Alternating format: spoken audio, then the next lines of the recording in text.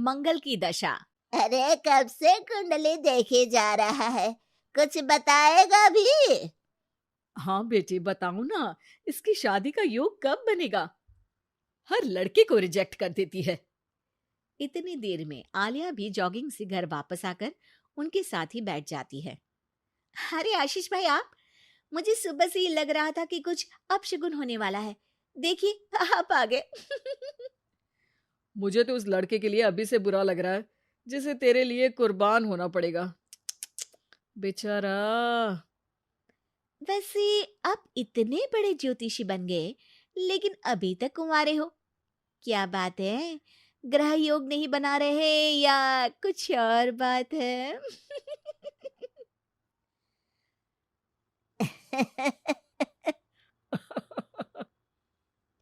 आलिया की इस बात पर वो और उसकी दादी हंसने लगते हैं, जिन्हें इग्नोर करते हुए माँ एक बार फिर उसकी शादी की बात पर आ जाती है।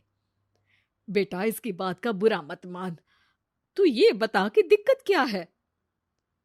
अरे मौसी, सबसे बड़ी दिक्कत तो इसके जिद्दीपन की है। बाकी मंगल भारी है। जिद और स्वाभिमान में फर्क होता है।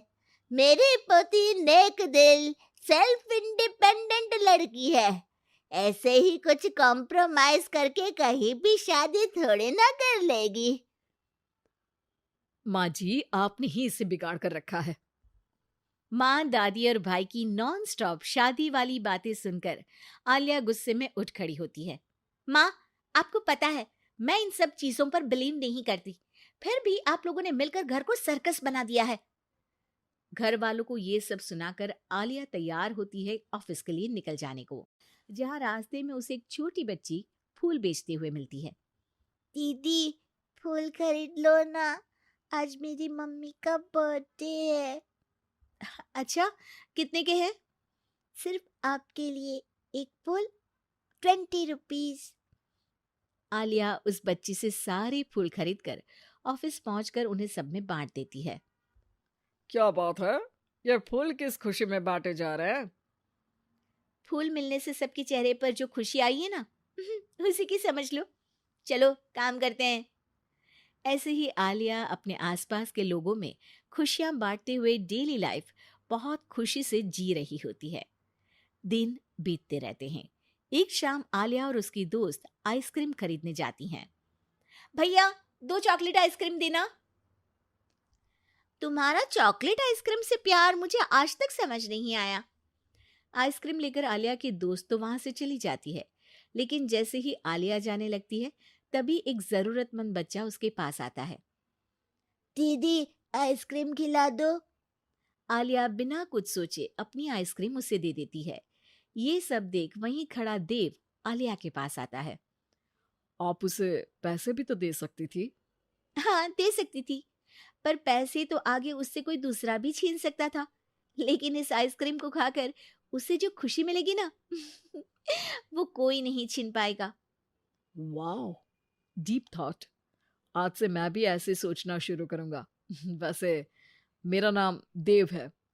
हेलो देव, मैं आलिया हूँ।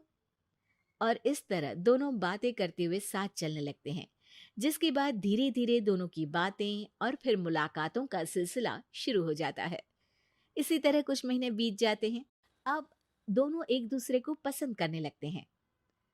मेरी मम्मी को उनके सोशल वर्क के लिए सम्मानित किया गया है, तो आज फैमिली डिनर में तुम भी आ सकती हो। अगर तुम्हारी मम्मी की गिफ्ट के लिए तुम मेरे साथ शॉपिंग चलोगी तो जरूर आऊंगी। दोनों शॉपिंग पर जाते हैं और रात को आलिया देव की मम्मी के लिए सुंदर लाल साड़ी लेकर डिनर पर पहुंचती है, जहां गिफ्ट देने और थोड़ी बात करने के बाद सब डिनर करने बैठते हैं। आंटी, आपको साड़ी कैसी लगी? अ, ठीक है। मतलब मैं एक सोशल वर्कर हूँ, तो ज़्यादातर सोबर कपड़े ही पहनती हूँ। डोंट वरी, मम्मी किसी स्पेशल मौके पर ये साड़ी ज़रूर पहनेंगी। इसी तरह बातें आगे बढ़ती हैं और डिनर खत्म होने पर आलिया घर वापस आती है, जिसके बाद से ही वो देव के साथ बात करना बंद कर देती है। ऐसे ही कुछ दिन बीत जाते हैं, जिसमें देव बहुत बार उसे कॉल और मैसेजेस करता है, लेकिन आलिया किसी का जवाब नहीं देती। क्या हुआ? सब कुछ तो अच्छा चल रहा था, फिर तुमने देव से बात करनी क्यों बंद कर दी? उसकी मम्मी को घर में बहू नहीं, नौकरानी का रिप्लेसमेंट चाहिए, जो मैं नहीं बन सकती। अरे इतनी जिद भी अच्छी नहीं। लड़कियों को थोड़ा कॉम्प्रोमाइज तो करना ही पड़ता है। तुम्हारे लिए देव से ज्यादा सूटेबल लड़का तुम्हें नहीं मिल सकता। माँ उसे ये सब बोल ही रही होती है कि उसके फोन पर मैसेज आता है, जिसे पढ़कर वो तुरंत घर से निकलकर हॉस्पिटल पहुंचती है, जहां देव अकेला परेशान खड़ा होता है। पर आलिया उसके पास न जाकर एक कमरे में जाती है और कुछ देर बाद बाहर निकलकर घर वापस आ जाती है। इसके कुछ दिनों बाद देव और उसकी मम्मी आलिया के घर आते हैं। अगर तुम हॉस्पिटल आकर ब्लड डोनेट नहीं करती तो शायद आज मैं यहाँ सबके साथ नहीं होती। तुमने मेरी आंखें खोल दी। मैं आज तक हर काम करते हुए यही सोचती थी कि सोसाइटी क्या सोचेगी, लेकिन तुमने मुझे समझाया जो नेक होते हैं उन्हें किसी दिखावे की जरूरत नहीं, उनका काम ही सब कुछ है। आंटी, अगर देव ग्रुप चैट में ब्लड नीडेड का मैसेज नहीं डालता तो मुझे पता भी नहीं चलता। वो तो ठीक है, तुमने साड़ी नोटिस की, स्पेशल मौका। आलिया, मैं खाना बना लूंगा, घूमने जाने पर सारा सामान उठा लूंगा। प्लीज शादी के लिए हाँ बोल दो। अगर खाना दोनों मिलकर बनाएं और घूमते हुए जब जो थके दूसरा उसे लाइफ लॉन्ग संभालने का वादा करे तो डील पक्की।